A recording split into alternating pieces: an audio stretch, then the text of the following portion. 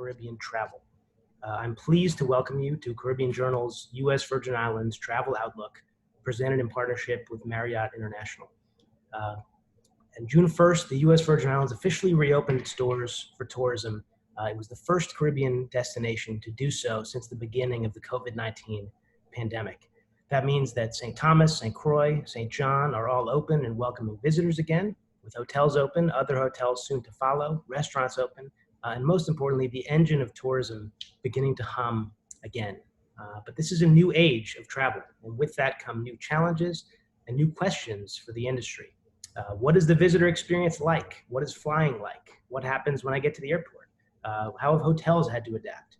To help answer some of these questions, we've gathered a distinguished panel of industry leaders from the U.S. Virgin Islands. That includes Joseph Boschulte, Commissioner of the U.S. Virgin Islands Department of Tourism, Dale McKinney, Regional Manager for the Caribbean at Delta Airlines, Cliff Brutus, Director of Sales and Marketing at the Ritz-Carlton in St. Thomas, and Lisa Hamilton, President of the U.S. Virgin Islands Hotel and Tourism Association. Again, I want to thank you all for tuning in, and if you have any questions for the panelists, please post them in the Q&A box at the bottom, and we'll try and get as many of those answered as we can. I want to start with you, Commissioner. Can you talk a little bit about the decision to reopen and how things have been going so far? Thank you, Alex. Thank you, Caribbean Journal, for allowing me an opportunity to speak a little bit about what's going on here in the U.S. Virgin Islands. First, I want to begin by saying that the decision made to reopen was one that was a very difficult one by the administration led by Governor Bryan, the stakeholders in the private sector, and clearly us here in tourism. First and foremost, safety and health for residents and guests is at the top of the list for us. And one of the things with this particular pandemic is there's so many unknowns and the story keeps changing. So when you make a decision to reopen, you do it under this understanding that you may not know everything about what can happen as you move along. However, what you can do is prepare in terms of protocols and have things in place so that when you do open, we have some mitigants that are in place, but most importantly, people have expectations of about what they should do. This is guests and residents alike if they have symptoms or if they know of somebody that has symptoms. So we didn't just jump from sheltering at home to opening up to the world. What we did is the governor and our Department of Health, which is the lead agency for the pandemic, went through phases. So first it was, we were doing extremely well in tourism, both on the overnight and cruise up until the middle of March, and then it shut down. But we never closed our airports. So the airports always remained open, but the flights went away, most of them. And then they now starting to come back. So we started to see some come back in April, more in May, and then June when we finally reopened for leisure guests as a direct result of the governor moving from sheltering at home to stay at home, and then now to reopen. So there were three different stages we went through to get to where we are, just to give some context of the necessary steps and partnerships that are important between the government and the private sector in terms of readiness. So now that we're open, we've been over 2 weeks now open, and what we see is that the airlines are still coming in and suggesting or sending signals to us that they plan to increase in July and August from different points across the U.S., as well as multiple flights in on certain days from certain stations in the U.S., which is a very positive sign for us in July and into August. The second big thing for us is, with the pandemic, we sort of live in this 14-day window to see what's going on, especially with us here in the territory, because over 90% of our travelers come from the continental U.S. So it's not just what we do here in the territory, but we have to pay very close attention to the U.S. mainland. And so far, knock on wood, we've only had one positive that has come through, a traveler related, and that happened over the weekend. And we are not naive to believe that we will never get another positive again. We know the positives are out there. Our key is just to make sure that, as soon as somebody has symptoms, they contact the Department of Health, they self-quarantine, they get tested, very important, and then the process can move and we can continue to move. And I'm pleased to report that that part of the process went well. The person had symptoms, went to the medical facility, was tested, immediately quarantined. And so we believe that part of the process is working well. So far, moving along well as expected in terms of what we're doing from a government standpoint. But what is encouraging to us is that the flights are coming in full. So the demand for the territory is high right now. That's great. And that leads into my next point, which is one of the biggest questions travelers have is what happens when we land? Could you talk a little bit about the experience at arrival to the airport? Well, the process actually begins before you leave. Okay. So we have a set of travel protocols that we share with the airlines and the hotels and sharing economy to send to any prospective visitors to the territory that clearly outlines expectations. So when you get to the territory, you will be temperature tested. Okay. If you do not have a fever, you're free to roam and enjoy the beautiful surroundings here in the USVI. However, if you are flagged with a temperature above 100.4, you move into immediate self-quarantine at the airport. Once you get in that self-quarantine, a second temperature test happens. And if you come in with a fever again, then you move immediately into self-quarantine. So those are the phases that are in place to stop. The other thing that sort of is almost becoming basic now in terms of understanding is the hygiene. Everybody's expected, wash your hands, walk with sanitizer, social distance. And most importantly, what's new is there is an edict in the territory of no mask, no service. So we try to get people to understand when you come to the territory, even though the state you may be coming from, you don't have to wear a mask, but you have to wear a mask in the territory if you plan to be served anywhere outside of wherever you're staying. So, we just want to make sure that that's clear. And then what we do is to make that introduction to the territory even easier. We at tourism, we give you a small little package that gives you a mask, some alcohol wipes, and a nice little graphic that tells you here are the expectations while you're in the territory. Awesome. And I want to lead into our next discussion about the actual flying experience. And let's talk to Dale McKinney, Regional Manager for the Caribbean at Delta, to tell us a little bit about how Delta is working to make sure that flying is safe and that travelers feel confident. Dale, why don't you walk us through the process that Delta has undergone? Thanks, Commissioner. Thanks, Alex. First off, I just want to begin by thanking all of our customers, travel agents out there that are selling Delta and that are staying up to date with when customers may be able to fly again and all of that kind of stuff. We really appreciate your business, your loyalty, and all your messages of support to us. I'm going to start by going through just a few infographics, kind of show you what customers are going to be able to, what customers are going to see when they get to the airport. So Delta has worked with the CDC and WHO to come up with some ideas of keeping you safe, your customers safe when flying. Here's some things that you're gonna notice when you arrive at the airport. During the check-in and bag drop process, you're gonna see the plexiglass barriers between the agents and the customers. You're going to see floor decals. Just keep reminding of social distancing, physical distancing. All of our employees have face masks on, and hand sanitizers are all throughout the check-in process. Kiosks are being wiped down several times a day. Security checkpoint. So Delta's working with TSA in all of our domestic stations to make sure that bins are being wiped down regularly. TSA employees are wearing face masks, and when available, alternating lanes, so there's some social distancing taking place. Also, you'll notice the hand sanitizer stations are throughout the security process at the other end. During the gate and boarding process, so you'll notice the number one is electrostatic spraying. So we are spraying the gate areas throughout the day and overnight. All customers must wear a mask to board the aircraft. And we are providing wellness kits as well to passengers who might not have a mask with them, forgot theirs at home. The kit consists of some gel, Purell wipes, and a mask. Again, you'll see plexiglass shields at the gate. Going down the jet bridge, you're going to see markers on the walls of the jet bridge, just again reminding passengers to social distance. We're actually boarding passengers from the rear forward, 10 customers at a time. Okay. On the airplane, so a lot of things are happening differently now.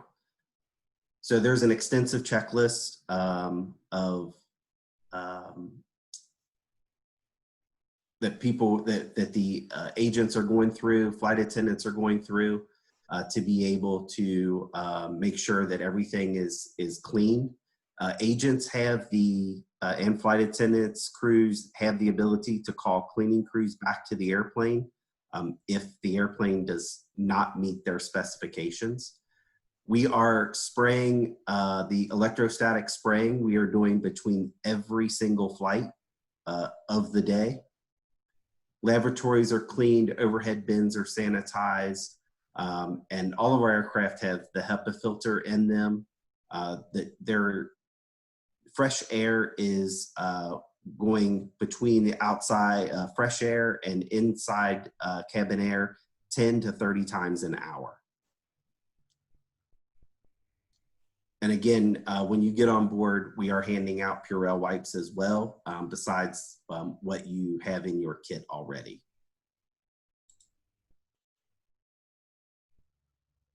We've taken out Sky magazines, and all the glassware has been removed.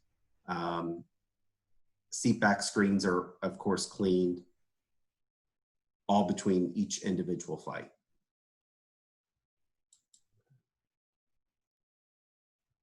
And then baggage service, you'll see in our airports that have worked with us, we've got floor decals around our carousels, just again, reminding passengers for social distancing, and hand sanitizer is all around the bag claim area.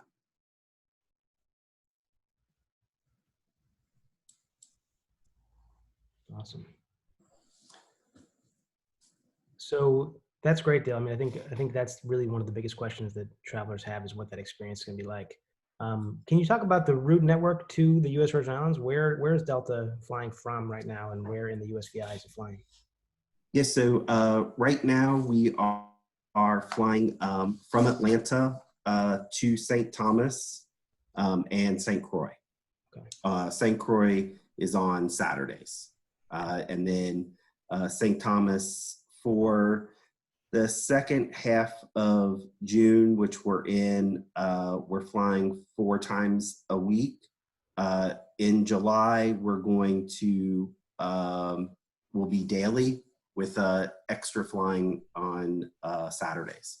Okay, great. That's great to know. Thanks, Dale. And now I want to move to the hotel experience, because we want to know what the airport's like. We want to know what it's like flying there, and we want to know what it's like where we're going to stay. So Cliff from the Ritz-Carlton St. Thomas, tell us a little bit about the property. You guys just reopened, is that right? We did. First off, Alex, I'd like to thank you and the Caribbean Journal for inviting us to participate in this panel on behalf of all of the ladies and gentlemen at the Ritz-Carlton St. Thomas. I have to say this has been quite a process or quite a journey. If you keep in mind, in our particular situation, we had only been operating for 4 months once we arrived at this current pandemic. For those that don't remember, we actually spent 2 years closed, renovated the property by spending over $100 million, and reopened in November. So we were kind of just getting our feet underneath us when we were forced to shut down operations. But this has been a really incredible journey. We did reopen the property, as mentioned, on Monday, June 15th. And just to kind of give you a little idea of how we got there. So once the commissioner and the governor announced the no new mandate arrival, our team spent a significant amount of time analyzing a tremendous amount of information, including airlift capacity, airfare, what demand was looking like, what the pickup trends were, pace, our business on the books, in order to really be able to best determine when we would be in position to reopen the property. We even went as far as to call every single one of our guests that we had confirmed on the books, just to make sure that they were still planning on traveling to the destination, and that they actually had their airfare confirmed. And we were pleasantly surprised to notice that 85% of our bookings had actually confirmed that they were still coming to stay with us. So with the support of our ownership group, that really allowed us to make the decision to reopen the property on June 15th. And to give you an idea of what our numbers are currently looking like right now. So from June 15th through June 30th, we're currently averaging about 24% occupancy. But we've seen some really, really positive signs for future travel. Our short-term pickup within the next 90 days is outpacing our pace to 2017.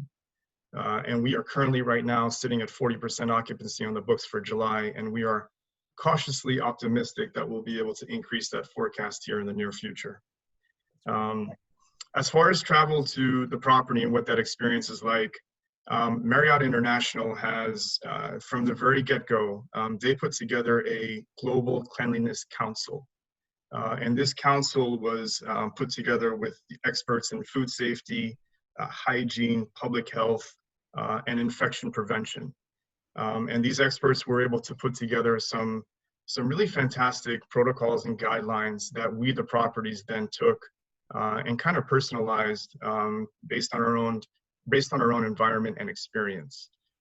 So we feel very comfortable that these protocols and guidelines that we have in place will be able to build and instill the confidence within the traveler that's needed at this current point in time in order to really feel safe arriving in the destination. And when we talk about travel, we're really talking about the entire experience. So we wanted to be able to communicate to our customers what the experience would be like from getting on the airplane to arriving at the airport to your ground transfer to the resort, what the arrival experience at the property looks like, and what are actually these protocols that we have in place. So we've been very diligent in communicating all this information to our customers pre-arrival, which I believe has really instilled a really high level of confidence. The feedback from the customers that we had who arrived on Monday and Tuesday of this week has been extremely positive. And again, we continue to provide as much of that information as possible to continue to build that confidence in traveling to the destination. What's been the biggest adjustment that the properties had to make, or what are the biggest changes that, if any, that guests will have to expect? I mean, there's quite a few, to be honest with you. So, our first and foremost goal here is to be able to continue to provide legendary service and to continue to provide, that genuine care and comfort that we are known for. But it's a little bit different now. So, for example, within all of the covered areas of the hotel, including the lobby, including the restaurants, including the spa, and including the fitness center, we are requiring our guests to wear masks. Obviously, once they're seated at a table in the restaurant and they're about to eat and or drink, they are able to take them off at that point in time. But entering the space and leaving the space, we are requiring that they wear the mask for their protection. We're also protecting our associates. So all of our ladies and gentlemen reporting for work, they will have their temperature checked upon arrival. And we are also requiring our ladies and gentlemen to continue wearing masks throughout the day as they continue to provide service to our guests. At the check-in area, at the hostess stand, at the concierge stand, at the pool stand, we also have the sneeze guards and the plexiglass in place to be able to provide that extra level of protection. We're not requiring the guests to wear the masks per se down at the pool and beach, which is obviously where they spend a majority of their time. But within that space and within the restaurants, we are practicing social distancing. So all of the pool and beach chairs have been separated by 6 feet. Within the restaurant, we are only operating at 50% capacity at this time. We're also taking the opportunity to really personalize the service to the guest. So for example, when it comes to housekeeping, the guest upon check-in will be asked, and it will be up to them to determine how often, how frequent they would like to have their room serviced. So they can continue to have their room serviced twice a day, or they can choose to have their room serviced only once a day. And obviously we'll go ahead and schedule that with our housekeeping and rooms division team to make sure that the guests are not in the room as we go through the process of taking care of their space. Okay. What about activities and attractions? How has that experience changed at all? So as we build our occupancy here, we are bringing back more and more of the amenities on property. So as we currently stand right now, our fitness center is available for our guests. We are operating currently 2 out of 4 restaurants, one of them operating as a 3-meal restaurant. All of our water sports, the beaches, and the pools are currently available to the guests. As I mentioned before, we are starting to see some positive numbers come across for July. So just yesterday, we determined that on July 1st, we'll actually be able to open the spa, and we'll also be able to open our club lounge. So as occupancy continues to build, we anticipate that we'll be able to bring back the full service of all amenities, but we do have a majority of them available right now. The one that continues to remain a question mark, and this is really because of the mandate from the governor, is our Ritz Kids program. So all of the recreational programs for children are currently on hold until further notice. And hopefully we'll be able to bring that back quickly, because we are anticipating welcoming a lot of families to the destination and to the island here in the next couple of months. Thank you, Cliff. Let's move to Lisa now. Lisa, tell us a little bit about the on-island experience, and also just what you've seen in the last few weeks since the reopening. Oh, let's gotta unmute Lisa. Sorry about that. Yes, first of all, thank you so much to Caribbean Journal for the invitation for USVI to be able to showcase what we have going on. It's a very exciting time.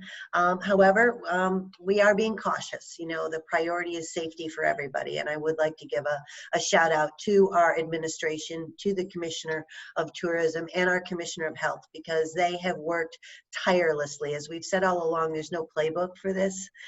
People do the best with the information that they have. We've had a very strong public-private sector collaboration throughout this process. And for all of this information, USVIupdate.com is really the portal. That is the Department of Tourism's website where the information can be found. They have a toolkit on there for protocols for travelers and protocols for providers. And pretty much everything that was open, that had reopened post the 2 Cat 5s pre-pandemic, are open now. The beaches are open that people can enjoy. Charter boats are available if they want to take day trips out and about. The British Virgin Islands are still closed, so you can enjoy all of the U.S. Virgin Islands. We've got a lot of opportunities there. Dive boats are taking people out. We are seeing a trend with families wanting to book the boat exclusively and not want to do shared experiences, but that's very helpful to our small businesses. Restaurants and bars, as we mentioned, are open. We were just allowed last week by the new 8th supplemental order for live music, which is exciting because, you know, we got to get our rhythm on. We love the vibe of the Caribbean, don't we, Commissioner? And the shops, island tours, you know, all of that, they're back. And again, there's social distancing mandates, there's limitations as far as number of people in public spaces, but I think that's a small price to pay to be able to enjoy everything we have to offer. And so tell a little more about the restaurants in particular. What's that experience like? Are people going out? Can you eat indoors? Can you eat outdoors? How's that working? Right. Well, the governor did allow for restaurants to remain open for to-go food only throughout this process. So some restaurants chose not to close at all, and we're able to navigate that. And now the new mandate is it's 50% of your occupancy or 50 people, and it's a max of 6 people per table. So if, say, you're a party of 12, you will be seated at 2 separate tables, because it's a maximum of 6, with the social distancing in between, the 6 feet in between. But once, as Cliff had stated, you do have to enter these establishments with your mask on, but once you sit down and you start to have your beverages and you start to dine, then you're able to take your masks off and enjoy. Right. That's good, because I think the USVI is such an experiential destination, and travelers, I mean, frequently are always going out and trying restaurants. So that's a really important thing for people to know, that they can do that. Absolutely. Commissioner, I want to ask you a question. The U.S. Virgin Islands was doing really well before everyone, you know, the Caribbean was doing well in general. And you had just rebranded St. Croix with the new campaign. What's sort of your message to travelers now, and how are you promoting the destination in the same ways and different ways? How are you doing that?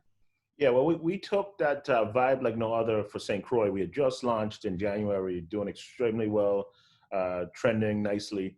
We pulled it back in March as a direct result of COVID-19, simply because, you know, we didn't have any traffic. You know, cruise went out in the middle of March, and it's still out, and we don't expect them back until the fall. Right. You know, so that was a major part of our business model that is on the shelf right now. Right. We're happy to report that in this, it gives us an opportunity to share that the overnight experience is still available on all 3 islands. But we've been empathetic to what's going on. So we haven't been aggressively marketing the territory. We've done a great job in flattening the curve, but we don't want to go out and, you know, cheer and jump up and down, because people are still dying around the world. Right. And we had some deaths here in the territory. So what we've been doing is staying top of mind, using some special type events like our carnival to do virtually and get the messaging out about the USVI. We've done some other things to stay positive and keep us top of mind. And we anticipate, similar to what Cliff said and Lisa said, that Dale mentioned, that we all plan to ramp up, assuming that the pandemic doesn't get out of control. But we're doing it from a very managed growth approach. So as we get new capacity airlift, we see new rooms open, then we'll step up our marketing efforts. You know, we had some conversations before asking, how come we haven't gone aggressive? So we're not going aggressive because we're full as it is. So we don't need to spend that money at this time. But that doesn't mean that we, because it's, you know, it's two-sided. It's clearly what we're doing here in the territory along with the US, but it's also our Caribbean brethren. You know, as they start to ramp up, then the competition ramps up. So Jamaica just opened, and then you expect to see the Dominican Republic and some of our other competition ramp up. So for us, you know, we definitely will be in the market, marketing St. Thomas, St. John, and St. Croix, and specifically highlighting the advantages of coming to the territory. And we believe now more than ever, it's better to travel under the U.S. flag where no passports are necessary as a U.S. citizen.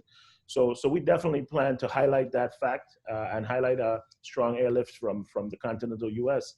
But right now, we still have most of our marketing efforts have not gone live. We're doing mostly very targeted regional in support of our airlift primarily.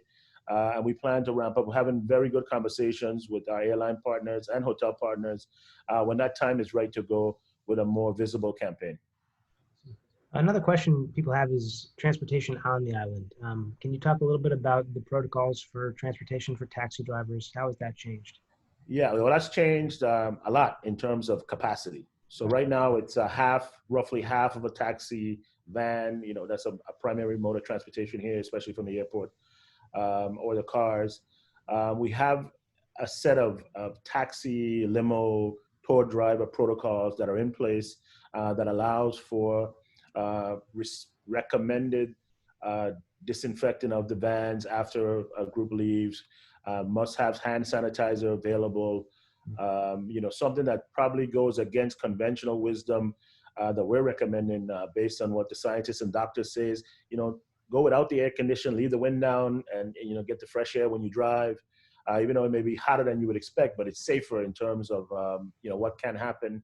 And you know, what we're also trying to do is encourage everyone to be their own best protector from a safety standpoint and protect others. So and we believe that has worked in the past and is working now for us in the territory. And I think if everybody's conscious about just taking the necessary precautions and then unwinding as you get around people, you know, I think we'll be all right from that. But I think on a whole, the expectation is roughly 50% of a you know, transportation mode when you get on the underground. Right. Okay. Another question from the audience about, I'll put this to you, Lisa, first, about structural changes at hotels and sort of changing occupancy or reducing certain rooms or wings. Is that something you've seen from any of your members on the island in terms of distancing guests or? Well, that hasn't been a challenge right now because, as I spoke earlier, we've got limited lift coming in. So when Cliff spoke about his occupancy being about in the mid-20s, 30s, that tends to be the trend with a lot of the accommodations because we don't have our full flight capacity back. So, when you're running, lower occupancy like that, it's easy to space people out, and that is their focus. Right. Cliff, let me ask you, as sort of a luxury leader, how does luxury change with all of these new protocols and changes, and how does it stay the same for guests, and how do you deliver that luxury experience? That's a great question. I mean, I think it's a new opportunity for us to create a different level of luxury. If a guest is wearing a mask inside the restaurant, you've got to have a keen eye to be able to determine what's going on through that mask. Are they happy? Are they unhappy? So I think it's an opportunity for us to reach a higher level of personalized service. From our perspective, nothing has changed because at Ritz-Carlton, we will continue to deliver the finest personal service to our guests. We just have to do it from a distance at this point. And obviously, we're looking for new ways to be able to show the guest that we are trying to perform genuine care and comfort. So I think at this point in time, as I mentioned, it's an opportunity for us to pay a little bit more attention to detail, to really be able to determine in advance what the guest preferences are and be able to deliver those preferences upon arrival. And then we have to be able to anticipate. We have to really be nimble on our feet for those guests that are coming in, because not everyone's going to want to follow the protocols and the guidelines. So how are we able to, treat that guest with the genuine care and comfort, make sure that they're, being aware of their surroundings, and that they're practicing all of the guidelines that we have in place. So I see it as an opportunity. And I think our ladies and gentlemen also see that as an opportunity. But attention to detail right now needs to be at its highest level moving forward. Commissioner, can you talk about the ferry service between the islands and how that may have changed? Yeah, well, the ferry service is running. They begin 5:30 in the morning, and they run. This is, I assume you're talking about between St. Thomas and St. John, right?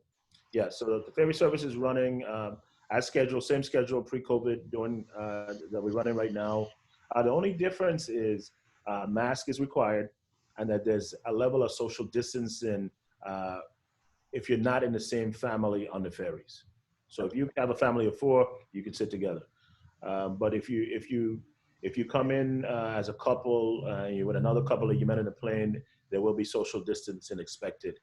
And the ferry staff have been, from what I've been told, have been enforcing the social distancing requirements, again, to keep people safe. So the other thing that's been happening is that I'm pleased to report is that the ferry is running from 5:30 in the morning up until 11 o'clock at night. That's great. When you have an opportunity to spend the day in St. John or spend the day, have dinner up in St. John or vice versa, and move back and forth between the 2 islands. And as you know, Alex, it's a short 15-minute ferry ride, so it's not long to get back and forth. So that's a positive. Awesome.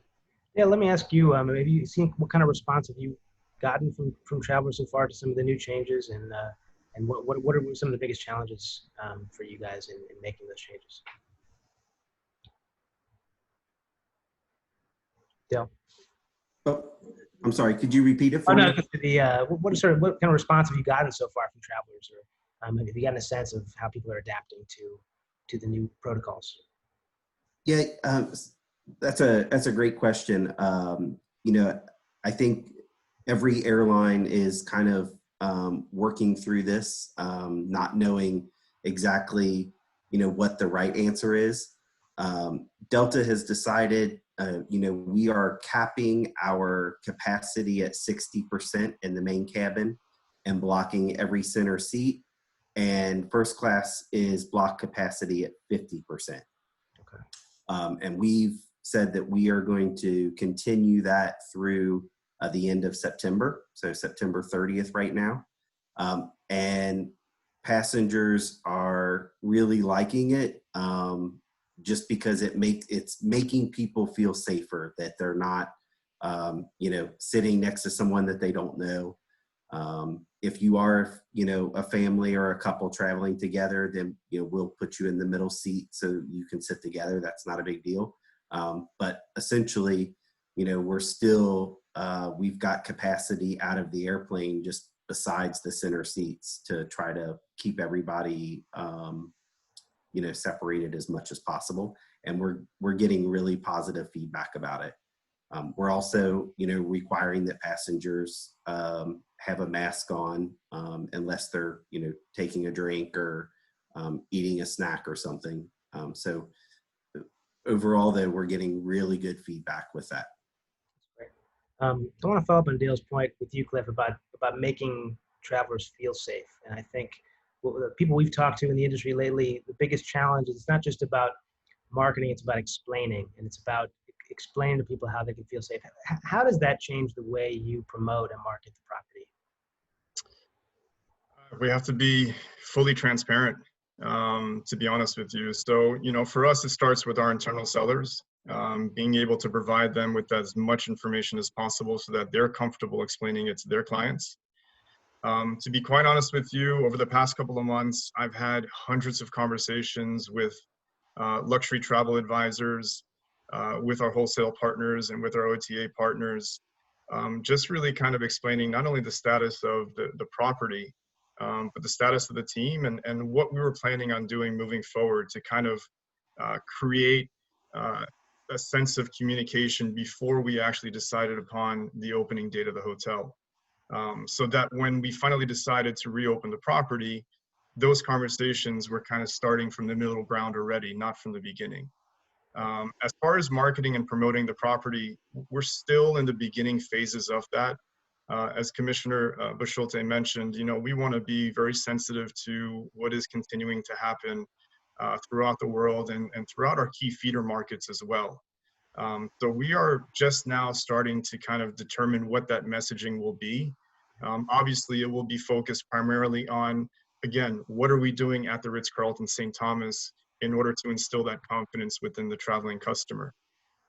So that's really, the first form of communication. And then from there, we can start to kind of talk about and build upon the different activities and different amenities that we have available. But really, it starts with communicating, here's what we're doing.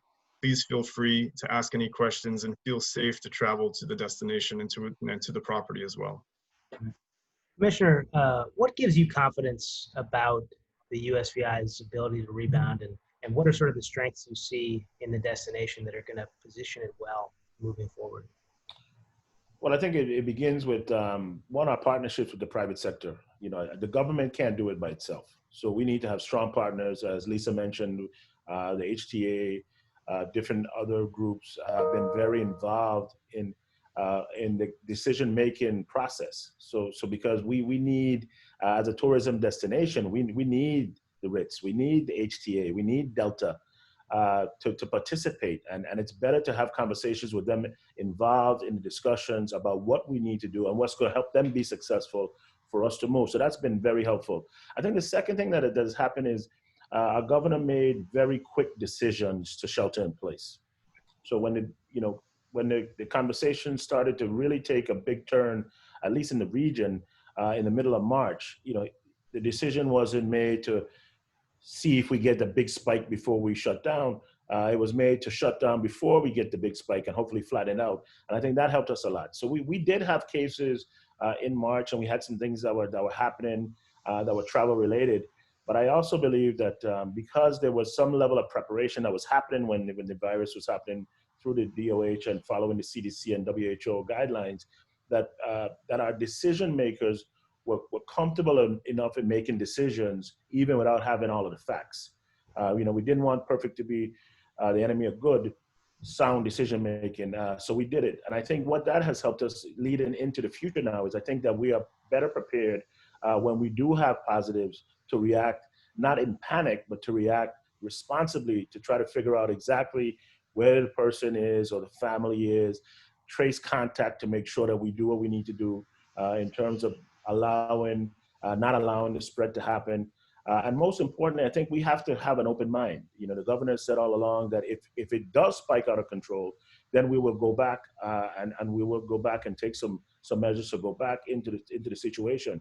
And I think that has been also clearly told to our partners. And I think that's why, you know, you keep hearing me mention our partners, because the partners are the ones on the front line. So if there's a bar happening at 10 o'clock at night and there are people in there having a good time and no mask and not following social distancing and over 50, you know, we don't have the enforcement capacity to be in every bar at every night. However, we expect the owners or the manager of the bars to say, hey, we got too many. We don't want this to get out of control. So you need to separate or cut the numbers down. And I think if we have, and clearly we're not naive to believe that everybody's going to do that. I mean, it's been a tough time, no revenue. So we expect people are going to definitely try to make the dollars that they can. But we also expect them to be responsible enough to say, hey, we don't want to get too far out on the limb where the limb snaps off and then we're left floundering. So, but I am confident that if we continue to be diligent in our safety and health protocols, I was happy that Dale went through some of the things that Delta are doing. You know, Cliff mentioned some of these things, because all of these are positives. And in each one of these individual circles, that if everybody does right, make sure we do the necessary hygiene things, then we've gone a long way, as far as we know from the scientists and doctors, of keeping the curve flattened. Lisa, I want to ask you about the hotel pipeline, and obviously with the storms a few years ago, there were some hotels that were due to reopen. What's sort of the outlook the next year or so? What hotels are going to be reopening post-pandemic in the short term? Sure. Yeah, we we went into the pandemic with 5 of our large hotels still not open and a couple of the medium-sized hotels open. The good news on St. Croix is between the Carambola and the Dibby, 2 large hotels over there, they are projecting fourth quarter of this year. In St. Thomas, unfortunately, the iconic Frenchman's Reef, who is due to be open second quarter of 2021, unfortunately, it's an investment company, and their portfolio took a hit with the pandemic, and so that has been put on hold for a few months, and right now they're projecting Q2 of 22. By the time they're able to start that again. The Sugar Bay Resort, which is 300 rooms, that is up for sale. So if anybody out there is looking for a nice property, we've got a 300-roomer there on the east end of the island. And as you know, Keneal Bay is still a lease dispute, and that lease is up in 2023. And 2 that are coming online, the former Bluebeards Beach Club, which is a Wyndham vacation ownership. They were actually scheduled to open in June. They've delayed a little bit. They're looking for the fall just because of the nature of what happened. And then the Elysian out on the east end, that'll also be Q4 of this year. So we're getting there slowly but surely. Another question we have is about seaplane service. Is the seaplane operating right now? Yeah. It is. As a matter of fact, I just took it over last week to St. Croix. And maybe Joe wants to speak to it, but they're doing the social distancing on the plane. I can say that. Every other seat, so you board really quickly and leave on time. And yeah, they've got the 2 planes going. Yeah, I flew it last week too. It's flying. But what we do ask everybody, like with all our airlines, because of the pandemic, is just call ahead. Because different flights cancel for different reasons. Some are coming from San Juan, where there are different sets of issues. So we just ask everybody, check out, as Lisa mentioned earlier, USVI update that gives you all information on our airlines. But the seaplane is flying, and we do have other airlines that are flying intra-island between St. Thomas and St. Croix. One tourism minister in the Caribbean recently coined the phrase Generation C, which is for the travelers who begin traveling post-COVID right now. I'll ask you, Cliff, is there anything you learned about who's traveling right now? Who are the sort of the early adopters? Who's making the trip right now? If you've gotten a sense of that. The sense that we have, honestly, is that it is our typical Ritz-Carlton customer. Right now, it's also a customer that was anxiously awaiting an opening to be able to get on a plane and travel down. I've had conversations with customers over the past couple of months, as I mentioned before, that we're calling me on a consistent basis just to find out when are you going to be open. We're dying to come down. So from what we've seen so far, based on the arrivals, it is a typical Ritz-Carlton customer. And what we're seeing based on the pickup over the next 90 days is a combination of the Ritz-Carlton customer and then really just a customer that absolutely adores and loves the U.S. Virgin Islands. Because remember, most of us were shut down for 2 years. We were only operating for 4 months. And in those 2 years, there was a lot of pent-up demand based on those loyal USVI customers. So we're starting to see them come back to the destination based on the properties that are opening like us. That's great. And if I may, Alex, the timeshare also rebounded quite quickly. They're owners, you know, so they're quite anxious to get down. And let's not forget the brides. Right. Let's go to that question about weddings. Is that what's happening with the wedding industry? Are there weddings happening? You know, as Lisa just mentioned, we are seeing some wedding activity beginning. We also seeing those that are coming. I think they've been helping stimulate the villa business for us a little bit here between St. Thomas and St. John. Those parties that are coming in. Again, for us, it's at least at this phase, you know, we're still gathering information, and we haven't gone, like I said, full blown in any specific area of marketing. So we haven't gone in the bridal engagement sector, or we haven't gone into sort of family side or anything else. Right now, we're just sort of thankful that we have this influx of traffic that is injecting our economy a bit. And as we sort of gauge, as we move further into July and August, you know, we'll sort of get a better sense of what's happening. What I can tell you anecdotally from our greeters at the airports is that we're seeing a large influx of families that are coming in. So we see family business seems to be the driver that are happening. You know, parents with kids that are still in you know, grade school to high school, that age group, we're seeing that very prevalent on the flight so far. Right. Commissioner and Alex, I can also add to that.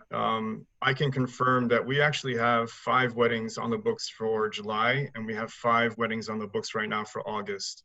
And I believe 2 or 3 of those weddings were just contracted within the past couple of weeks, because where they're from in the continental US, they're not able to perform or conduct a ceremony based on the amount of people. So they're looking for space, and obviously the U.S. Virgin Islands with no passport is an appealing destination, but we have not seen a drop-off whatsoever when it comes to weddings or social gatherings at the Ritz-Carlton St. Thomas. Wow. And how differently would they work? Would it just be a matter of sort of social distancing during the seating, or how would those play out? Well, fortunately for us, the majority of those weddings are actually really, really small. So under 10 people. We do have a few that are right around the 50-person mark, so obviously we will be practicing social distancing. We actually have one where the mother and bride are coming in next week for a planning visit. This one is for above 50 people, so we are creatively putting together a scenario where we'd be able to execute that at the hotel, obviously following the guidelines of the government. But again, you know, we're going to continue to perform that high level of service for these customers. A majority are the smaller ceremonies, but there is a tremendous amount of interest from a social perspective for the destination.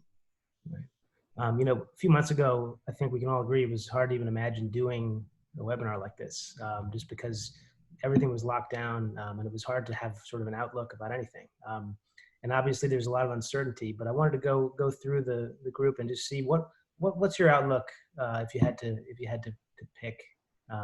What do you see happening over the next few months, the winter into next year? I'll start with you, Lisa. Where do you kind of see things going? Okay, let me pull out the crystal ball. And you have one. And speculate. Well, as soon as Dale gives us more lift, we'll be able to fill our hotels. And I think the demand is there. As Cliff mentioned, a big leverageable point of difference for us is the no passport. We are US. It's where a majority of our customers come from.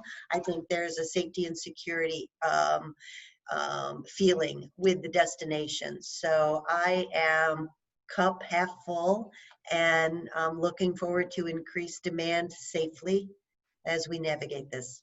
Okay. And Cliff, what about you? I'm going to repeat what I said before, and we remain cautiously optimistic. I do concur with Lisa. As we get more lift into the destination based on the trends that we're seeing, I do believe that there is potential for us to rebound quicker than some of the other destinations. So I think that there's a lot of promise for the U.S. Virgin Islands moving forward. Okay. And Commissioner, where do you see things going? What do you Well, I have to agree with our strategic partners. I mean, we definitely, we feel, again, we feel positive. We have a very positive outlook. I think we have a positive outlook because we do recognize people are trying to find some place to go. They've been sheltered for a while. I also,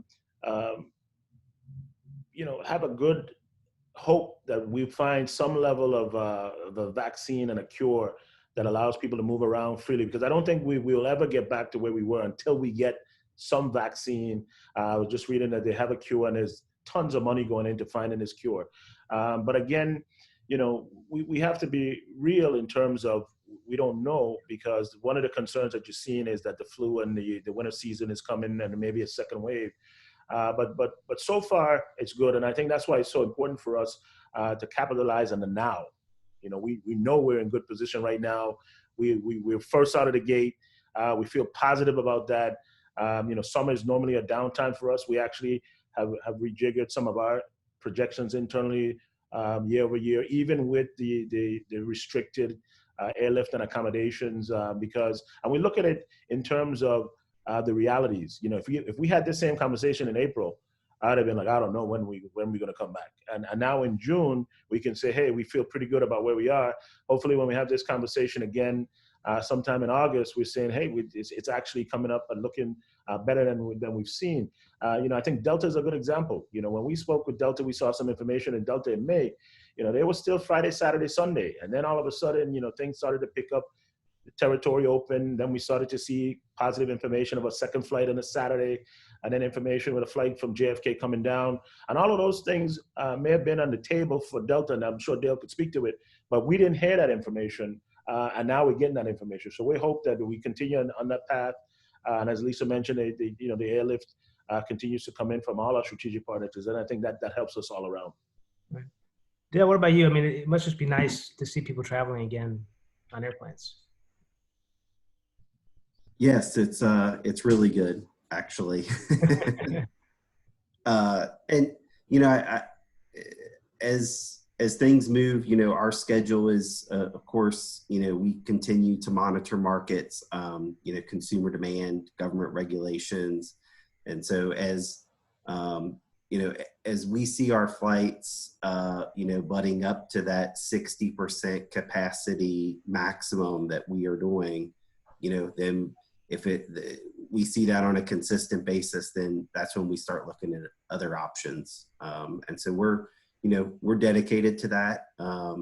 It's to everyone's good that that more airplanes fly. And so I think as the industry educates customers and travelers, and they start learning about what the airlines are doing, what hotels are doing in different destinations, people are going to start feeling more comfortable to travel. Well, I think we can all agree that it's very nice to be talking about travel and to have people traveling again. And we're very grateful that we had this great panel with us today. I think you answered the questions people have, because there are a lot of questions. And I want to thank our panel here: Cliff Brutus from the Ritz-Carlton St. Thomas, Dale McKinney from Delta, Commissioner Joseph Boschulte from the U.S. Virgin Islands, and Lisa Hamilton from the U.S. Virgin Islands Hotel and Tourism Association. I want to thank our partner Marriott for helping us put this together. And just thank you all again. We're going to be recording this webinar for people who came in late or want to see it. And just thank you again. And we're very hopeful about travel, and we wish you the best of luck. So thank you all. Thank you.